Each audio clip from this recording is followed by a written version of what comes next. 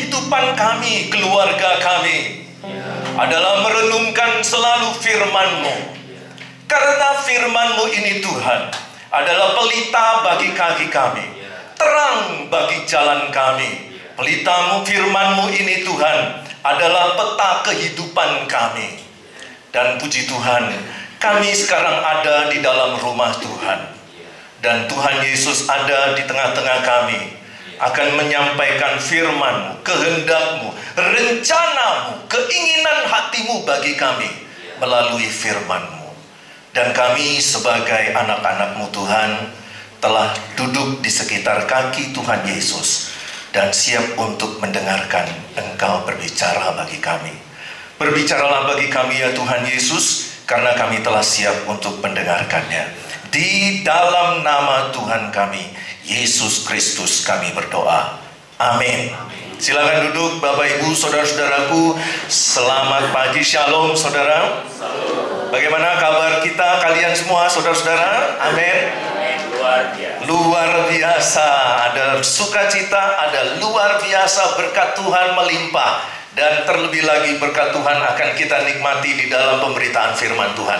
Dan pada kesempatan ini, dalam penyampaian renungan khotbah ini, saya akan memberikan kepada saudara, menyajikannya di dalam renungan seperti makanan yang keras.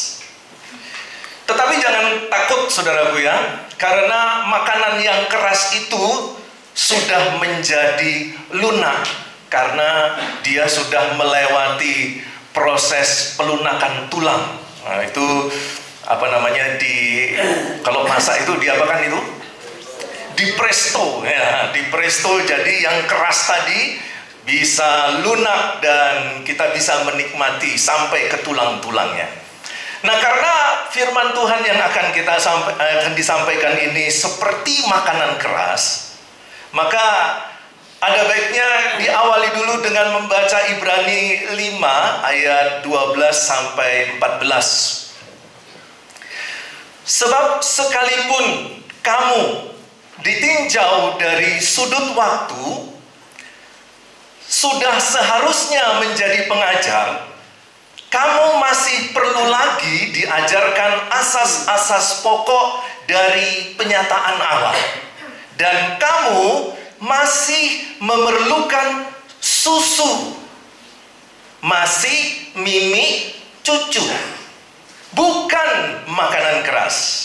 Nah, kalau kita perhatikan satu frasa di situ dikatakan kamu masih memerlukan susu.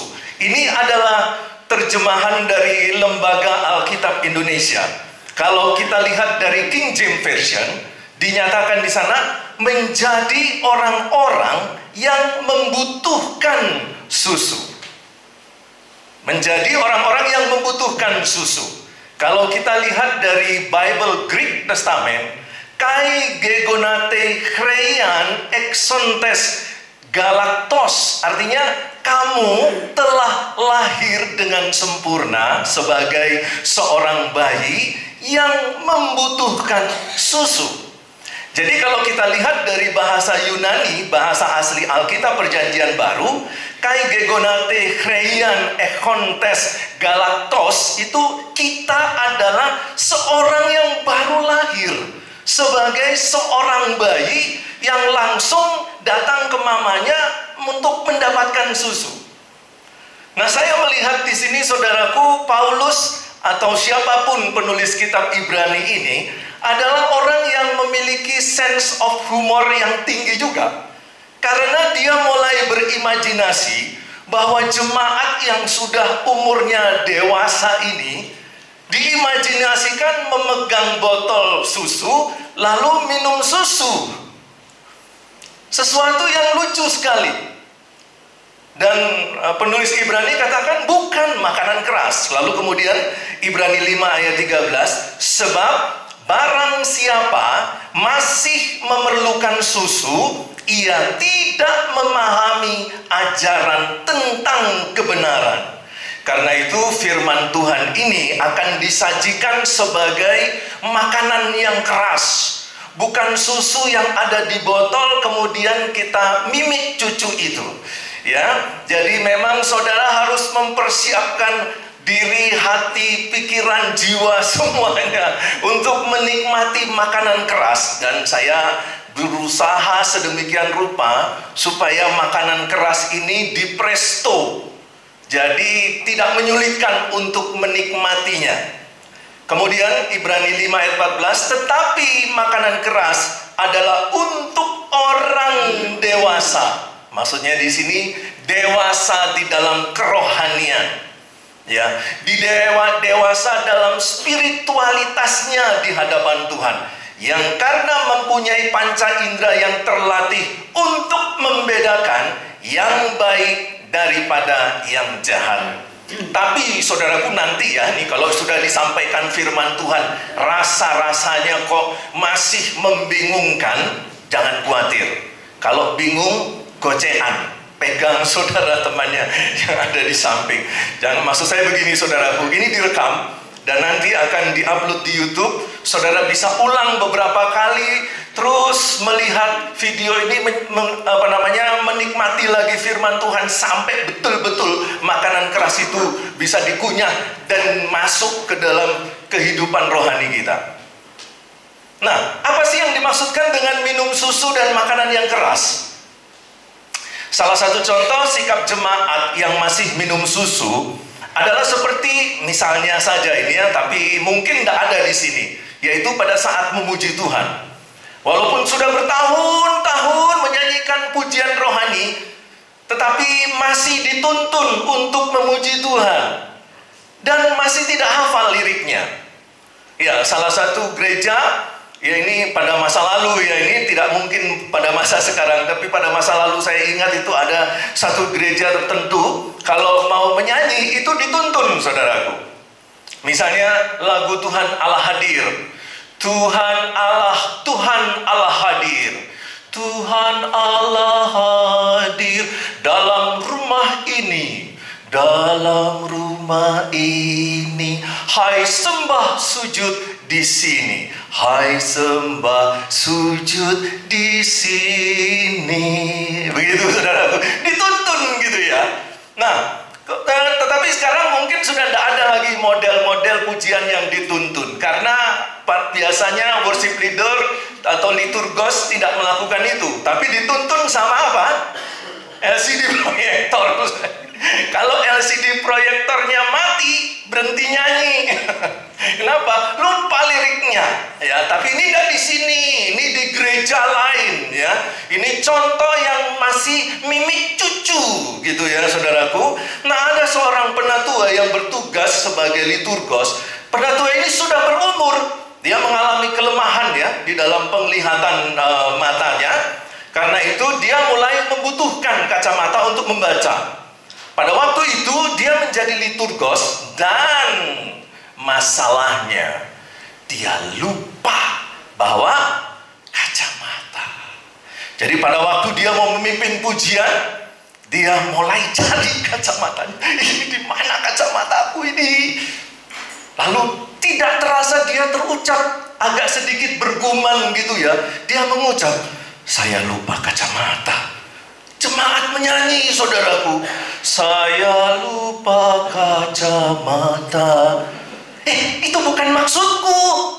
Itu bukan maksudku. Aduh, lama-lama kacamata.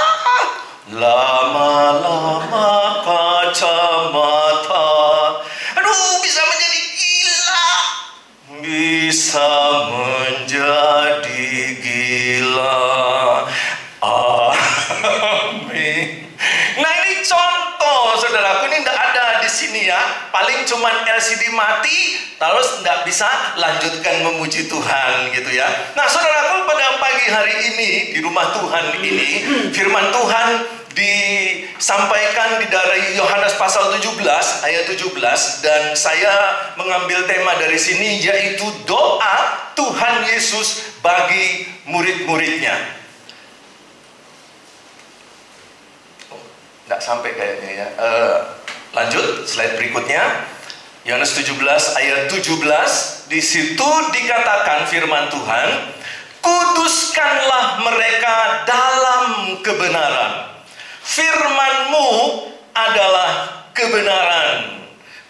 Bahasa aslinya hagiason autus ente aletheia hologos hosos aletheia estin.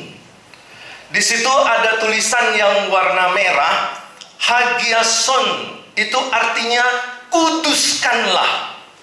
Hagiason, kuduskanlah.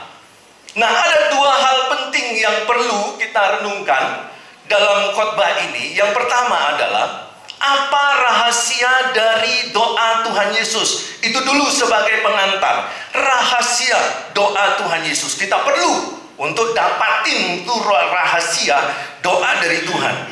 Karena dengan rahasia ini, maka ada kemungkinan besar kita akan dimampukan untuk bisa berdoa seperti Tuhan Yesus. Dan kemudian yang kedua, apa isi pokok doa Tuhan Yesus Kristus sesuai dengan teks kita, Yohanes 17 ayat 17. Nah, lanjut ya, saudaraku. Nah, kalau kita perhatikan di sini, di dalam diagram Yohanes 17 ayat 17, iki opo, iki. Jadi begini saudaraku, ayat firman Tuhan itu kita bisa bikin diagramnya. Dari diagram ini baru kita analisa firman Tuhan. Dan kita temukan rahasia-rahasia yang terdalam. Terdalam. Itu seperti makan makanan keras. Ya, Yohanes 17 ayat 17, hagiason autus ente aletheia hologos hosos aletheia estin. Nah, itu kalau dibuat diagramnya itu seperti ini. Dan saudara perhatikan di bagian lingkaran itu ada kuduskanlah, bahasa Yunaninya hagiason. Dan di sini adalah kata kerja yang memiliki tenses imperatif aorist aktif. Imperatif itu adalah tenses perintah. Ya, ini modusnya ini adalah modus perintah dan tensesnya itu aorist. Apa itu aorist? Itu artinya bahwa tindakan kata kerja ini terjadi di masa lampau. Nah, ini menarik saudara. Kalau kita lihat hagiason ini, kuduskanlah dalam imperatif aorist aktif, itu agak sedikit aneh. Kenapa? Karena begini saudara, pada waktu Tuhan Yesus berdoa, itu adalah tindakannya sekarang, now, present. Harusnya kalau yang umum itu imperatif, present, aktif. Present itu tindakan yang dilakukan sekarang. Sekarang Tuhan Yesus berdoa, harusnya present, tapi di sini aorist. Nah, coba perhatikan, Tuhan Yesus Kristus minta kepada Bapa, kuduskanlah mereka. Kuduskanlah mereka. Tetapi itu peristiwanya di masa lalu. Loh, Tuhan kan mintanya sekarang. Tetapi kenapa tulisnya di masa lalu? Lalu biasanya saudaraku, kalau ada kata perintah, itu harus perintah itu dilaksanakan di masa yang akan datang. Bukan sekarang, di masa yang akan datang. Kuduskanlah Tuhan, suatu permohonan, permintaan, dan permintaan ini, imperatif ini akan terjadi setelah selesai berdoa. Benar ya? Bisa besok, bisa 1 minggu lagi, bisa 1 bulan lagi, bisa 1 tahun lagi. Tapi coba perhatikan ini tensesnya, kata kerjanya. Kuduskanlah. Ya, dibentuk dengan tenses lampau, sudah terjadi, didoakan sekarang, penggenapannya di masa yang akan datang. Lalu di mana kita bisa melihat letak rahasia doa dari Tuhan Yesus Kristus? Jadi doa Tuhan Yesus itu minta kepada Bapa untuk mendapatkan pengampunan dosa di masa depan. Tetapi permintaannya dinyatakan dalam bentuk lampau. Itu saya kasih lingkaran, lalu ada anak panah ke sana. Kegiatan yang dilakukan di waktu lampau. Permintaannya dalam bentuk lampau, diminta digenapi di masa yang akan datang. Ini mengindikasikan bahwa ada keyakinan bahwa apa yang dimintanya itu telah diterima. Jadi begini saudaraku, kalau kita berdoa itu harus seperti Tuhan Yesus. Apa saja yang kita doakan sekarang ini, bahkan sebelum kita berdoa untuk pokok doa itu, kita harus yakin kita sudah menerimanya. Makanya ditulis dalam bentuk lampau. Bagaimana kita bisa tahu bahwa kita menerimanya? Nanti dengan iman di masa depan pasti dapat doa itu. Jawaban doa itu pasti dapat. Nah saudara, kalau kita perhatikan, kita lihat di slide berikutnya, Mas. Nah, di sini ada diagram lagi untuk Markus 11 ayat 24. Kita lihat ayat ini mengatakan, karena itu aku berkata kepadamu, apa saja yang kamu minta dan doakan, percayalah bahwa kamu telah menerimanya, maka hal itu akan diberikan kepadamu. Elabete, telah menerima, itu ditulis dalam bentuk aoris, sama ya dengan doa Tuhan Yesus. Aoris, kegiatan yang dilakukan di waktu lampau. Jadi doa Tuhan Yesus pada waktu di Yohanes 17 itu paralel dengan Markus 11 ayat 24. Ketika Tuhan Yesus berdoa untuk murid-muridnya, Tuhan Yesus sudah begitu yakin, walaupun belum amin doanya itu, bahwa dia sudah menerima jawaban doa itu. Begitupun dengan kita, kalau kita berdoa, maka apa saja yang kamu minta, apa saja yang kamu minta dan doakan, percayalah bahwa kamu telah menerimanya. Jadi belum amin doamu, kamu harus yakin bahwa doamu sudah dijawab. Kamu sudah dapat jawaban doamu. Maka hal itu di masa depan akan diberikan kepadamu. Inilah rahasia doa dari Tuhan Yesus yang sudah pasti dijawab. Jadi kalau saudara mau berdoa, nah ini rumusannya harus ditambah ya saudaraku, harus ditambah. Tuhan Yesus, kami minta, Tuhan tahu bahwa saya ini anak muda, sudah umur 30 tahun Tuhan, belum punya pacar. Tolong ya Tuhan, supaya aku mendapatkan seorang gadis putih, rambut panjang, anak tunggal. Orang tuanya punya 5 perusahaan, dan orang tuanya sudah masuk ICU dua-duanya Tuhan. Nah itu doa itu, kalau lagi berdoa begitu harus yakin. Sebelum amin sudah dapat cewek itu. Begitu saudaraku ya, harus yakin. Jadi doanya rumusannya ditambah. Terima kasih Tuhan, dalam nama Tuhan Yesus kami percaya bahwa sebelum saya katakan amin, saya sudah dapat semua doa itu. Jadi ketika anak muda itu mau amin, pintu rumahnya diketuk. Siapa ini? Jangan-jangan gadis yang saya doakan. Oh, dia belum amin, berhenti sudah doanya saudaraku. Dia lari ke depan pintu, dibuka. Doa orang yang benar sangat besar kuasanya. Nenek-nenek saudaraku. Waduh, nenek, lu ngapain di sini? Ganggu orang lagi berdoa. Saya kan tadi lagi berdoa, nenek. Udah pergi. Dia enggak tahu nenek ini bawa kabar baik.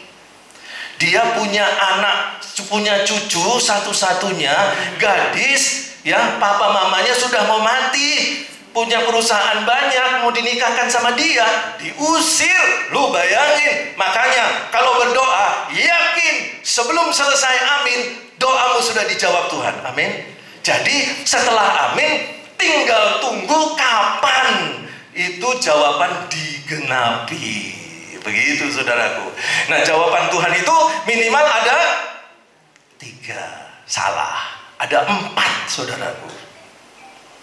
Ya, jawaban tidak, dan jawaban tunggu. Itu biasanya. Tapi saya tambah satu lagi, marah. Jadi Tuhan itu ada satu jawaban lagi yang keempat, marah. Kenapa? Cara doanya salah, saudara. Kalau cara doanya salah, Tuhan bukannya menjawab ya, tidak, atau tunggu, malah marah dia. Nah, itu seperti yang dilakukan bangsa Israel di perjanjian lama. Ya, mereka beribadah, mereka berdoa, Tuhan katakan apa? Aku muak dengan ibadahmu. Marah Tuhan. Jangan-jangan selama ini aku berdoa, Tuhan marah. Nah, karena itu kita adalah orang yang dewasa secara rohani, yang sudah makan makanan keras, maka kita harus mengalami peningkatan di dalam level doa kita, saudaraku. Kita itu harus meningkat level doa kita. Emangnya ada berapa level, Topa? Ada 3 level doa. Doa natural, doa meditatif, dan doa kontemplatif. Doa natural itu doa yang biasa kita doa ini, seperti ini ya. Doa makan, doa Bapa kami, doa syafaat, itu doa natural. Ya, doa hanya searah. Tuhan Yesus berkati makanan ini dalam nama Tuhan Yesus, amin. Tuhan Yesus berkati makanan dalam nama Tuhan Yesus, amin. Nah, itu doa natural itu. Ya. Bahkan kadang-kadang doa natural itu sudah saking hafalnya, itu sudah tidak lagi dilafalkan, langsung dalam nama Tuhan Yesus, amin. Itu sudah langsung ada di pikirannya. Itu saking naturalnya. Lalu level doa yang lebih tinggi lagi. Nah, ini kalau kita sudah mulai makan makanan yang keras, ya saudaraku, kita harus masuk level doa yang kedua, yaitu apa? Doa meditatif. Itu doa perenungan. Biasanya kalau kita doa meditatif itu bisa tahan sampai 1-2 jam berdoa. Ya, silakan slide berikutnya. Nah, kemudian doa yang ketiga itu adalah doa kontemplatif. Ini adalah doa di mana roh kita bertemu dengan roh Tuhan. Jadi doa kontemplatif ini adalah doa level tertinggi. Pada waktu kita berdoa ini, roh kita sudah kenal dengan rohmu, sudah pernah melakukan komunikasi dengan rohmu. Paulus mengatakan, aku berdoa dengan pikiranku, tetapi aku juga perintahkan rohku untuk berdoa. Di dalam perjanjian lama juga katakan apa? Pujilah Tuhan, hai jiwaku. Pujilah namanya, hai segenap batinku. Jadi rohnya diajak berkomunikasi. Jadi rohnya bertemu dengan roh Tuhan, lalu bercakap-cakap dengan Tuhan di dalam doa. Ini, doa seperti ini, itu bisa semalam suntuk. Makanya Tuhan Yesus Kristus seringkali doa kontemplatif di atas bukit. Dia naik ke bukit, di sana dia berdoa semalam-malaman. Besok pagi dia turun dan kemudian dia melayani Tuhan. Nah, sekarang kita mulai masuk lebih dalam lagi, khusus pada ayat kita Yohanes 17:17. Nah, kalau kita lihat di dalam Yohanes pasal yang ke-17 ini, saya menyusun kiasmusnya seperti ini, saudaraku. Kiasmus itu apa? Salah satu metode penafsiran Alkitab, di mana dari dalamnya kita akan menemukan korelasi atau korespondensi antara ayat dengan ayat di dalam satu pasal. Nah, ini adalah cara membaca firman Tuhan yang benar, Bapak Ibu. Kalau kita membaca firman Tuhan selama ini gimana? Membaca Alkitab. Ayat 1, 2, 3, seterusnya sampai ayat yang ke-25. Itu pembacaan linier. Ya, itu pembacaan linier. Tetapi kalau kita mengikuti pembacaan Alkitab yang baik, itu adalah paralel terbalik.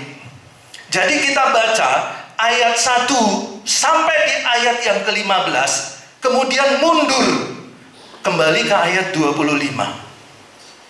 Contoh kalimat paralel itu begini: makan untuk hidup bukan hidup untuk makan. Nah, itu sebenarnya kalimat kiasmus.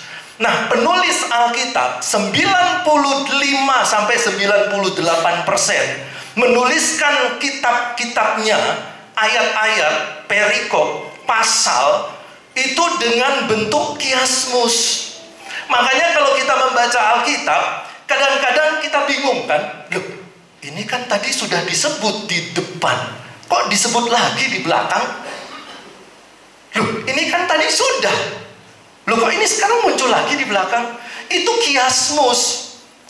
Jadi kalau saudara membaca Alkitab linier seperti pola pikir modern 1 sampai 25 berurutan, itu tidak kena sasaran, karena yang menulis kitab suci itu menulis dalam bentuk kiasmus. Harusnya menulisnya begini. Cara membacanya juga begini. Ayat 1 sampai 4 kita baca, lalu setelah itu kita baca ayat 25. Kemudian kita baca ayat 5, setelah baca ayat 5, baca ayat 24. Pada waktu kita baca ayat 6 dan 7, jangan baca ayat ke-8 dulu. Kita baca ayat yang ke-24. Lihat itu garis vertikalnya ya. Pada waktu kita baca ayat 9, maka kita langsung juga baca ayat 20-21. Kenapa? Karena mereka ini satu topik. Ayat-ayat yang ada garisnya itu ayat-ayat satu topik. Jadi harus dibaca langsung bersamaan. Kita enggak kan ya? Kita bacanya linier 1, 2 sampai 25. Nah, jadi puncak dari Yohanes pasal 17 itu adalah di ayat 15. Itulah puncak kiasmus. Inilah puncak tekanan dari pasal itu. Aku tidak meminta supaya engkau mengambil mereka dari dunia, tetapi supaya engkau melindungi mereka daripada yang jahat. Ini adalah puncak dari Yohanes pasal 17. Sedangkan ayat yang sekarang kita sedang dengar khotbahnya itu di bagian G yang warna hijau. Itu ayat 16-17. Itu paralel dengan ayat 14. Itu satu tema, satu topik. Harus dibaca bersama-sama. Jadi sebenarnya kalau kita perhatikan bahwa doa Tuhan Yesus ini, slide selanjutnya, kalau kita lihat berdasarkan kiasmus, tujuan utamanya itu ada dua. Yang pertama, para murid dipelihara sebagai satu tim. Di situ dikatakan di dalam Yohanes 17 ayat 11 bahwa peliharalah mereka supaya mereka tetap bersatu. Jadi doa dari Tuhan Yesus Kristus pada waktu Tuhan Yesus tahu bahwa sebentar lagi 12 murid Yesus itu harus dilepas ke dunia ini, mereka harus sebagai satu tim. Tidak boleh sendiri-sendiri. Di dalam Matius 10 ayat 16, di situ dikatakan, lihat, aku mengutus kamu seperti domba ke tengah-tengah serigala. Sebab itu hendaklah kamu cerdik seperti ular dan tulus seperti merpati. Jadi kita ini diutus seperti domba. Kalau kita lihat di dalam Alkitab bahasa Indonesia, bentuknya tunggal, ya, probatos. Tetapi di dalam naskah salinan Alkitab bahasa Yunani itu disebutkan dalam jumlah jamak, domba-domba. Jadi yang cerdik itu bukan domba, bukan pribadi, tapi tim domba-domba. Itu Pak, tapi di tempat lain anak domba tunggal. Siapa bilang anak domba juga ditulis dalam bentuk jamak? Anak-anak domba. Ke tengah-tengah serigala, domba-domba ke tengah-tengah serigala. Kita diutus di tengah-tengah dunia yang membenci kita. Mengapa kita dibenci? Karena kita bukan dari dunia ini. Kita tahu, saudara, Tuhan Yesus Kristus juga sangat tahu bahwa kalau kita diutus ke tengah-tengah dunia yang membenci kita, karena kita bukan dari dunia ini, itu berarti saudara dan saya itu siap untuk digocok, diguncang, dihabisin sama iblis bersama dengan antek-anteknya. Karena itu kita harus menjadi satu tim, probata. Ya, di dalam Matius 10 ayat 16, dalam bahasa Yunaninya disebut itu ego apostelo humas hos probata. Domba-domba, bukan domba. Domba-domba. Probata en mesolukon. Lukon itu serigala, dalam bentuk jamak juga. Serigala-serigala. Jadi kita ini harusnya sebagai satu tim. Dan itulah doa dari Tuhan Yesus, supaya kita bersatu. Karena kalau tidak bersatu, maka kita tidak akan pernah bisa menang ada di tengah-tengah dunia ini. Lukas 10 ayat 3 juga sama. Ya, anak, kalau di dalam bahasa Indonesia disebutkan tunggal, anak domba. Tapi kalau lihat bahasa Yunaninya, grafete itu ego apostelo humas hos arnas. Arnas itu anak-anak domba dalam bentuk jamak, en mesolukon, anak-anak domba di tengah-tengah serigala, saudaraku. Jadi kita harus sebagai satu tim. Mengapa harus satu tim? Dunia ini begitu jahat. Untuk kita anak-anak Tuhan yang setia, dunia ini begitu jahat. Perhatikan saudaraku, semakin kita setia, maka iblis akan semakin keras menggocoh saudara dan saya. Saya mau tanya dulu, siapa lawan kita? Secara rohani, iblis. Ada satu lagu ya, rohani. Kita buat iblis gemetar, kalahkan tipu dayanya. Waduh, kita itu seperti pahlawan keren, membuat iblis gemetar. Itu kalau di dalam gereja. Kalau di rumah, lampu mati, yang berteriak, teriaknya gimana? Papi, lampu mati, papi. Kita yang dibuat iblis gemetar. Bukan kita yang buat iblis gemetar. Waktu di kelas, saya tanya kepada mahasiswa, bagaimana caranya kau buat iblis gemetar? Itu kan berarti kita harus lawan. Lawan kita itu siapa? Iblis. Dia ada memiliki dunia ini. Dia akan berperang melawan kita. Musuh kita iblis. Efesus pasal 6 katakan, pemerintah-pemerintah, penguasa-penguasa di udara, itu banyak itu. Lalu sekarang saya mau tanya, saudara pernah nggak diajarin kalau lawan iblis itu satu lawan satu atau bagaimana? Kita selama kita jadi orang Kristen, yang paling banyak kita melawan iblis atau kita lagi nunggu iblis nyerang? Kita melawan atau bertahan? Melawan atau bertahan? Halo? Harusnya melawan, harusnya. Tapi yang diajarkan selama ini, kita melawan atau bertahan?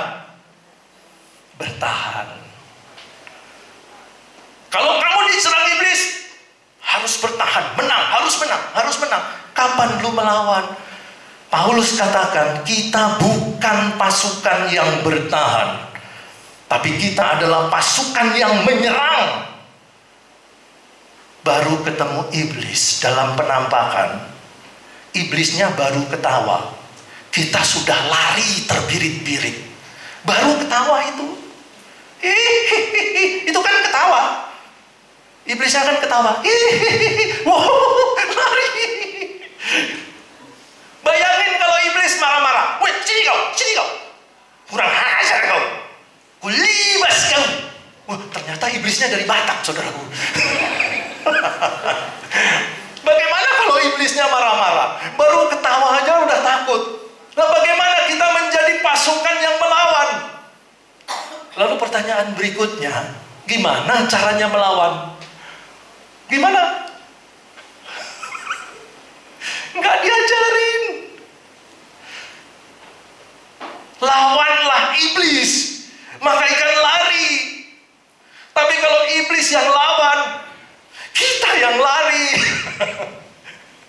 Nah itulah saudaraku. Jadi kita harus jadi satu tim. Dan itu doa Tuhan Yesus. Itu doa Bapa. Itu yang diharapkan Bapa memberkati. Tetap kita menjadi satu tim. Jadi kalau sebagai anggota gereja ya memang harus membuat tim. Sudah buat tim? Nah, belum tahu gimana caranya buat tim. Ya, nah, tapi secara tidak langsung ya, secara otomatis ada tim-tim di dalam gereja. Tapi bukan di sini ya. Majelis bikin timnya sendiri. Ya. Pengerja bikin timnya sendiri. Ya. Jemaat bikin timnya sendiri-sendiri. Lalu ada jemaat yang tidak punya tim. Ya sendiri-sendiri juga dia. Itu yang bapak-bapak, yang ibu-ibu, lebih cepat dia bikin tim kalau ibu-ibu. Ya, survei membuktikan seorang laki-laki dalam satu hari itu antara 1000 kata setiap hari diucapkan. Ya, seorang pendeta itu dalam satu hari itu mengeluarkan kata-kata 3000 kata-kata. Tapi perempuan, pemecah rekor, 19.000 kata dalam satu hari. Apalagi nenek-nenek. Ya, kalau perempuan itu 9.000, nenek-nenek itu 19.000 kata dalam satu hari. Saya bayangkan apa saja yang keluar dari mulutnya ya. Nyerocos dari bangun pagi sampai mau tidur malam, baru dia berhenti ngomong itu. Nah ibu-ibu ini paling gampang ya dia buat tim. Paling gampang dia. Lu tidak tahu ya, Eke tadi lihat, tasnya itu besar loh. Dia kalau ke gereja, dia selalu bawa tas besar. Apalagi kalau beston keluarga, tasnya besar-besar. Untuk apa sih? Supaya muat kue-kue di dalam. Ya, dan satu kali mereka juga lagi asik. Dia bercengkerama antara ibu dengan ibu. Eke tadi lihat, ya nggak lihat ya. Waktu Eke tadi di dalam gereja, di depan Eke itu, aduh, ada mami-mami. Sorry ya, minta maaf ya. Mami-mami itu tadi buang gas loh di gereja. Jadi waktu puji-pujian, tapi mami itu pinter. Eke lihat, mami itu pinter. Jadi supaya dia tidak ketahuan buang gas. Jadi waktu drumnya itu gebuk keras, itu mami itu kentut, gitu. Eke bilang, keren. Ya, mami ini keren. Jadi pada waktu keyboardnya, wah itu juga dia keluarkan gasnya lah agak sedikit tenor gitu. Itu disamakan loh. Mami itu hebat. Waktu mami itu dia senggol sama papinya. Papi tadi nggak denger ya. Eke tadi buang gas.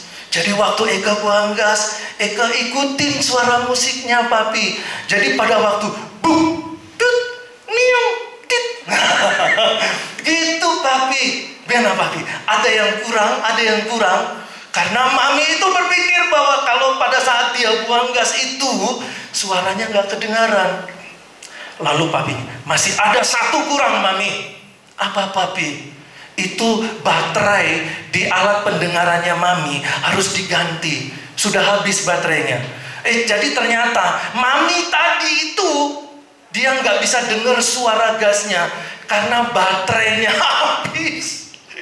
Jadi pada waktu dia buang gas, seluruh jemaat di sekitar dia dengar. Nah itulah yang terjadi. Ya, jadi kalau buat tim itu harus sungguh-sungguh. Seperti gereja kita bikin tim penginjilan untuk suku Jawa mancanegari.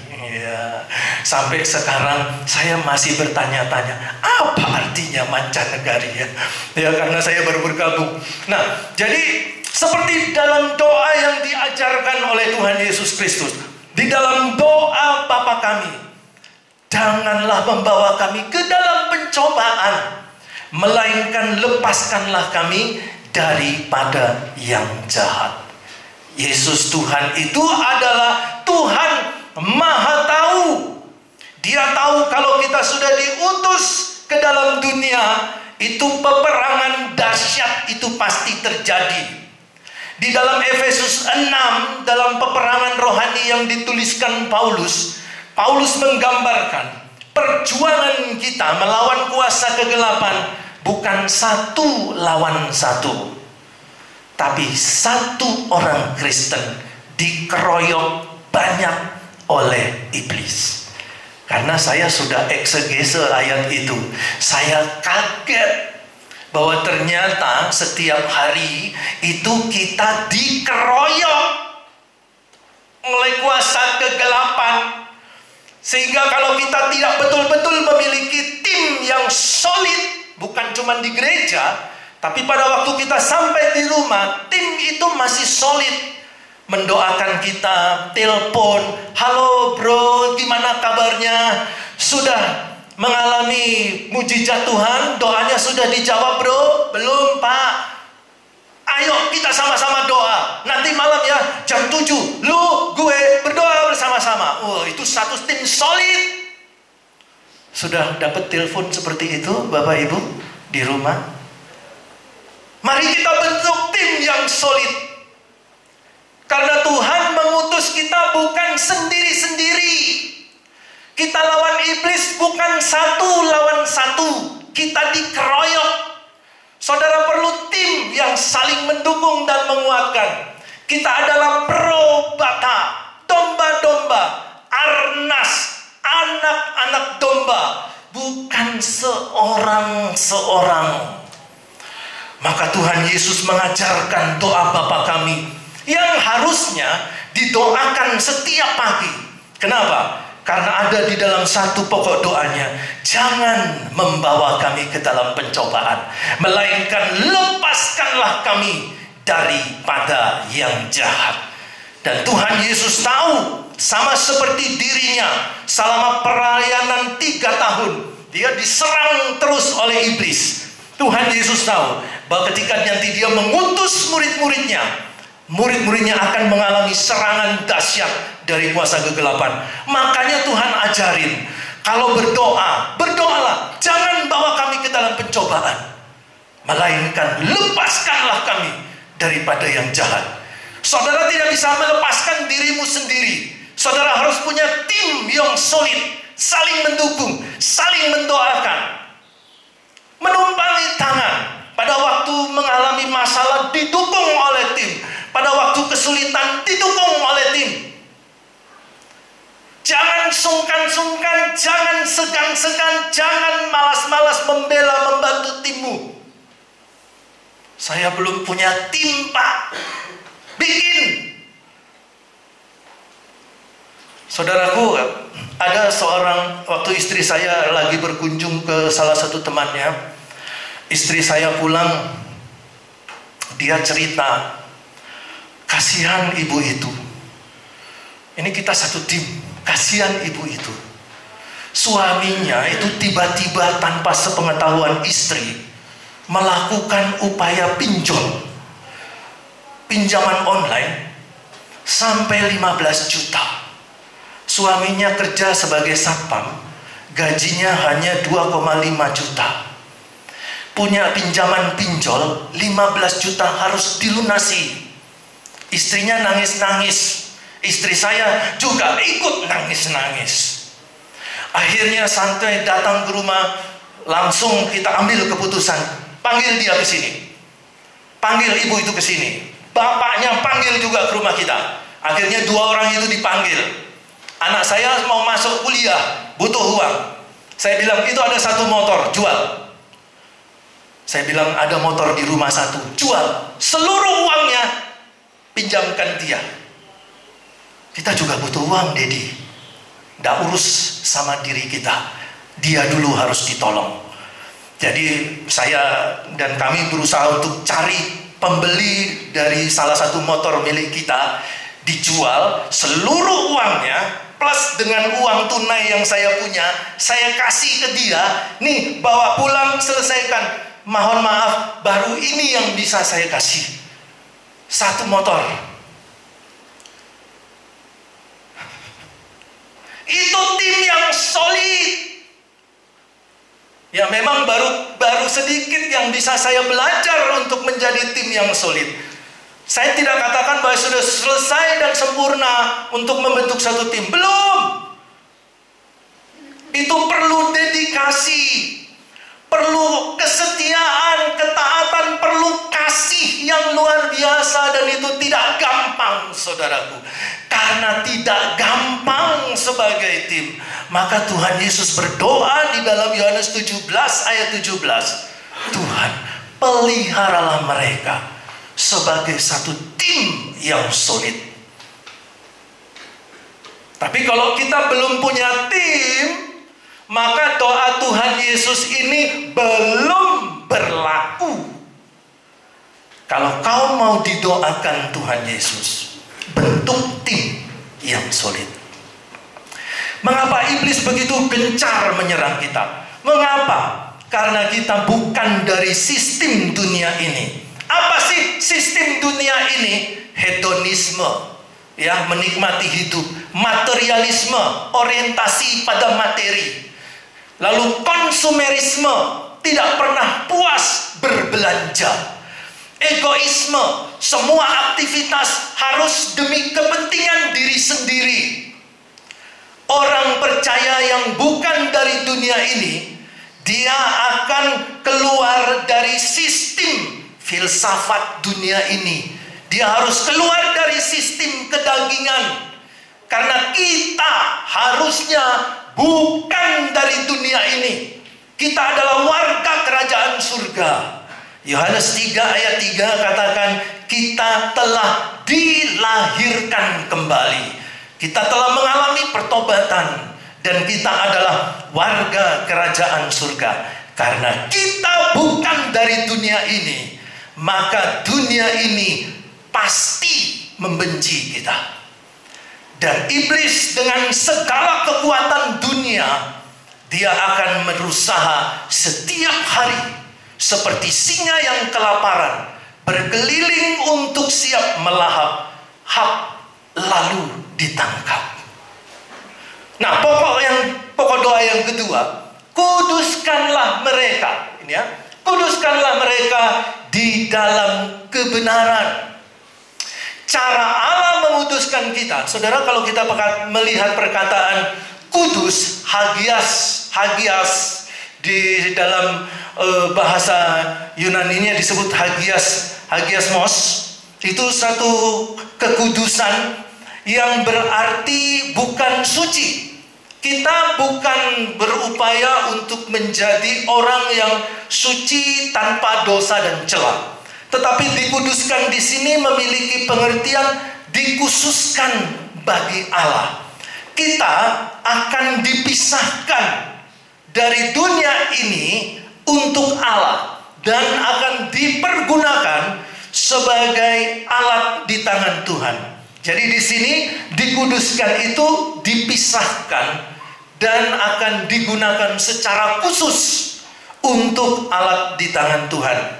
Nah, contoh orang-orang yang dikuduskan itu misalnya Musa, Tuhan Yesus, Paulus, Petrus, dan Barnabas. Jadi, menguduskan di sini berarti dipisahkan dari dunia, bukan berarti bahwa kita menjadi orang Kristen yang eksklusif, mengasingkan diri dari masyarakat. Tapi kemudian kita harus menjadi seorang Kristen yang tetap terlibat dan berpartisipasi di dalam masyarakat. Kalau ada kerja bakti, ya ikut kerja bakti. Beberapa waktu yang lalu saya pernah dengar Pak Pendeta mengatakan, oh kemarin ada kerja bakti, Bapak Ibu saya ikut kerja bakti. Nah itu anak Tuhan, bukan mengasingkan diri secara eksklusif, tapi kita tetap ada di dunia ini. Terlibat itu bukan berarti menyesuaikan diri, tetapi menempatkan diri. Itu beda ya saudaraku, menyesuaikan diri dengan menempatkan diri. Roma 12 ayat 2, 1 Petrus 1 ayat 14-6, di situ jelas ditegaskan tentang penempatan diri, bukan menyesuaikan diri. Kalau menyesuaikan diri, mereka berdosa, kita ikut berdosa. Mereka kuning, kita jadi kuning. Mereka hitam, kita juga jadi hitam. Tapi kalau menempatkan diri, mereka hitam, kita tetap putih. Itu menempatkan diri. Tapi kita ada di tengah-tengah hitam. Kita domba di tengah-tengah serigala. Bukan domba yang kemudian jadi serigala di tengah-tengah serigala. Bukan. Jadi kalau saudara ada di tengah-tengah dunia, jangan ikut. Jangan ikut. Nah, ini kita terbiasa ikut. Ya, saudara lihat TikTok. Waduh, ada begini, ikut ya. Lihat TikTok, lihat ini, ada begini, ikut, arus, ikut aja, ikut. Saudara harus melawan arus, bukan ikut arus. Begitu ya saudara. Ini hanya ilustrasi. Ini hanya ilustrasi saja saudara-saudara. Jadi kalau kita ada di tengah-tengah dunia ini, kita itu harus diterangi oleh firman Tuhan. Kuduskanlah kamu di dalam kebenaran, aletheia. Kebenaran itu dasar dari firman Tuhan. Kebenaran itu yang ada di dalam hati nuranimu. Sebagai hukum Taurat, kebenaran aletheia itu harusnya ada di dalam hatimu. Dialah yang akan menjadi hakimmu. Jadi pada saat kita mau berbuat dosa, aletheia itu firman Tuhan, logos estin aletheia. Logos, firman, estin adalah aletheia, kebenaran. Jadi firman itu harus mendarah daging. Jadi kalau ada yang bilang, lihat, kamu lihat ke sana, ada cewek cantik, lihat, nggak usah besar-besar, kecil aja matamu. Kelihatan kan? Tapi kalau ada suara di dalam hati, stop, jangan. Tutup TikTokmu, tutup HP-mu. Harus taat kepada aletheia yang ada di dalam hatimu. Dialah yang menjadi ukuran kebenaran di dalam dirimu. Dia akan menguduskan dengan kebenaran. Logos estin aletheia. Firman adalah kebenaran. Itu harus ada di dalam hati. Kita itu harus rajin baca Alkitab berulang-ulang, supaya firman itu mendarah daging di dalam diri kita. Ini ada beberapa hamba Tuhan yang dalam tanda petik viral di media sosial. Mereka bilang apa? Tidak perlu baca Alkitab. Itu kan sering ya, sudah mulai pernah lihat ya. Tidak perlu baca Alkitab, yang perlu itu merenungkan. Ini saya pikir nggak masuk akal nih, hamba Tuhan ini. Untuk merenungkan kan kita harus baca. Bagaimana saudara merenungkan kalau saudara tidak baca? Nah, ini dikatakan viral, dikatakan hamba Tuhan, tapi dia menyampaikan sesuatu yang bukan firman Tuhan. Paulus di dalam suratnya kepada Galatia atau Kolose, dia katakan, sekalipun malaikat, kalau dia menyampaikan Injil lain, sekalipun dia malaikat, Paulus katakan apa? Terkutuklah dia. Kenapa? Karena firman itu kalau kita baca, dia berulang-ulang, dia akan masuk di alam bawah sadar kita, terus masuk ke dalam ambang sadar kita, masuk firman Tuhan itu ke alam bawah sadar kita, dan firman itu kemudian menjadi darah daging di dalam hidup kita. Jadi harus baca. Kalau aletheia itu sudah mendarah daging, firman Tuhan itu sudah mendarah daging, maka kita bisa berkomitmen berbeda dengan dunia ini. Karakter kita itu beda dengan dunia ini.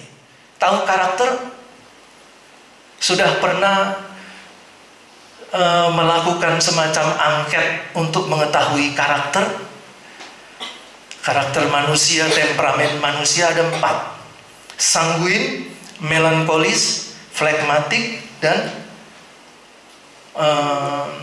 sanguin, kolerik, melankolitik, dan apa satu lagi? Flegmatik ya, sudah flegmatik tadi belum ya. Nah ini 4.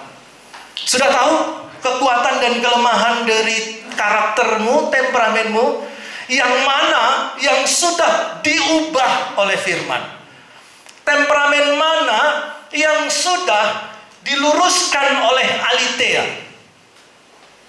Pak, jangan ngomong melip-melip. Temperamen saya belum tahu, Pak, saya temperamen apa, karakter apa. Kekuatan, kelemahan temperamen saya, karakter saya belum tahu. Itu yang lama, itu teori yang lama, 4 temperamen. Ada teori yang baru, 16 temperamen. 4 aja enggak tahu, Pak, apalagi yang 16. Nah, saudara perlu tuh mengisi angket. Dari angket itu, kamu tahu temperamenmu. Kalau kamu sudah tahu temperamenmu, kamu tahu kekuatan dan kelemahanmu. Kalau kamu tahu kelemahanmu apa, maka disitulah peranan Logos Estin Alitea itu menguduskan kita, supaya kita bisa berbeda dengan dunia ini. Perilaku kita beda, hidup kita beda, sekalipun kita tetap berdampingan dengan dunia ini. Tetapi kita bisa memberi dampak, Matius 5:13. Kita bisa memberi pengaruh, Matius 16 ayat 15. Jadi sekalipun ya, ketika kita berpisah, pemisahan ini terjadi di dunia ini, di antara dunia dengan diri kita, itu akan menimbulkan konflik. Tetapi kita tetap terpelihara. Karena itu doa Tuhan Yesus Kristus. Kita harus dipisahkan dari dunia ini. Bukan kita yang keluar dari dunia ini, tetapi dunia yang harus keluar dari kita. Perhatikan ya kalimatnya. Bukan kita yang keluar dari dunia ini, tetapi nilai-nilai dunia, filsafat dunia, gaya hidup duniawi, kedagingan, itu yang harus keluar dari diri kita. Kita harus dipisahkan dari dosa dan dedengkotnya dosa. Ada dedengkotnya dosa, Pak? Ada. Saudara pernah minta ampun? Pernah ya minta ampun dosa? Sering, Pak. Sering. Yakin diampuni dosamu? Yakin dosamu diampuni? Setengah yakin, setengah tidak, Pak. Kenapa? Karena setelah saya bertobat, saya masih berdosa. Loh, kok bisa? Begini saudaraku, kalau ada dosa, Roh Kudus itu menggelisahkan kita. Dan karena kita gelisah, akhirnya kita menyesal, lalu kita datang kepada Tuhan. Tuhan, ampuni dosaku. Dosa diampuni. Tapi kok masih berbuat dosa lagi ya? Bahkan ada dosa-dosa yang nggak sadar, kita ternyata sudah berbuat dosa. Itu berarti ada 2 kasus. Kasus yang pertama, saudara minta ampun, dosamu diberesin 100%. Tapi ada kasus yang kedua, saudara minta ampun, dosanya seperti diampuni. Dosanya seperti dihapus, tetapi belum terhapus. Sama seperti komputer. Kalau kita menghapus file, ada 2 jenis penghapusan. Penghapusan permanen. Itu kalau kita klik hapus permanen, file itu hilang lenyap tanpa ada sisa. Tapi kalau kamu hanya sekedar hapus, file itu tersimpan di sampah. Tapi kalau lagi kita butuh file itu, kita masih ambil file dari sampah itu, dikembalikan lagi. Ada dosa yang pura-pura terhapus tetapi sebenarnya belum selesai. Dia tersimpan rapi di dalam hidupmu. Maka dosa itu adalah dedengkotnya dosa. Dan dosa yang seperti itu harus diambil, dicabut dari akarnya, supaya dosa itu tidak muncul lagi. Sekalipun dia muncul tanpa kita sadari, dosa tidak sengaja. Ada seorang mahasiswa tanya kepada saya, "Pak dosen, saya mau tanya Pak, tapi ini pertanyaan sensitif loh Pak." "Enggak apa-apa. Kamu enggak malu kamu tanya di kelas?" "Enggak Pak, saya enggak malu." Waktu itu saya ngajar di Jogja. Lalu dia mengatakan begini, "Pak, saya itu punya pacar." Ini anak seorang pendeta, saudaraku. "Saya punya pacar Pak. Satu kali saya bermimpi bertemu dengan pacar saya itu dan berhubungan seks dengan pacar saya di dalam mimpi. Lalu pada waktu mimpi itu Pak, minta maaf, saya mengeluarkan sesuatu. Saya berdosa enggak Pak?" Saya langsung di pikiran saya waktu itu, oh ini dedengkotnya dosa ini. Dia minta ampun bagaimanapun, kalau dedengkotnya dosa ini tidak diselesaikan, dia akan muncul kapanpun, bahkan pada waktu mimpi dia muncul. Nah ini saya bisa jelaskan secara eksegetis ilmiah dari sudut pandang teologi dan dari sudut pandang psikologi. Saya bisa jelaskan seperti itu.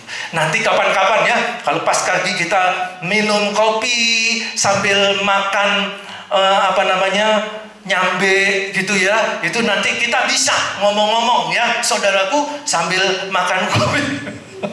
Minum kopi, makan nyambe rica-rica. Saya jelaskan eksegesenya, psikologinya, ayat Alkitab yang bilang begitu, bagaimana Paulus katakan di dalam Roma pasal yang ke-7.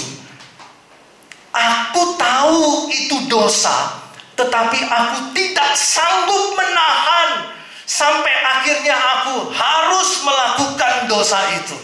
Padahal Paulus tahu bahwa itu dosa. Paulus alami itu, apalagi saudara dan saya. Maka itulah doa Tuhan Yesus Kristus, bahwa kita yang pertama harus tetap di dalam pemeliharaan Allah, Tuhan Yesus Kristus dan Roh Kudus, untuk berada di dalam satu tim yang solid. Dan yang kedua, kita tetap hidup dikuduskan di dalam pengudusan melalui aletheia, supaya melalui sarana pengudusan ini kita dimurnikan di dalam firman kita.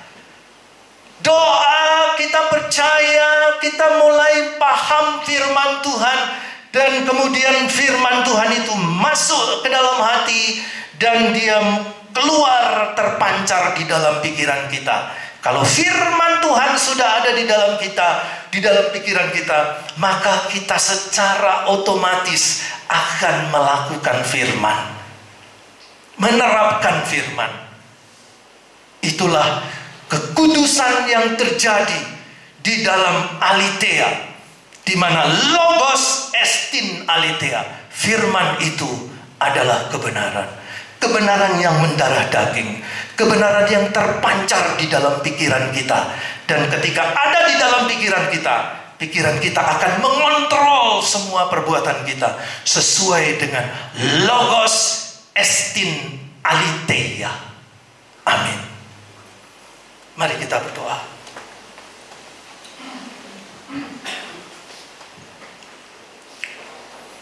Bapa di surga, kami mengucap syukur Tuhan, karena pada pagi hari ini di rumah Tuhan kami kembali merenungkan firman Tuhan. Kami kembali disadarkan betapa pentingnya rahasia doa Tuhan Yesus itu menjadi dasar di dalam perilaku doa kami Tuhan.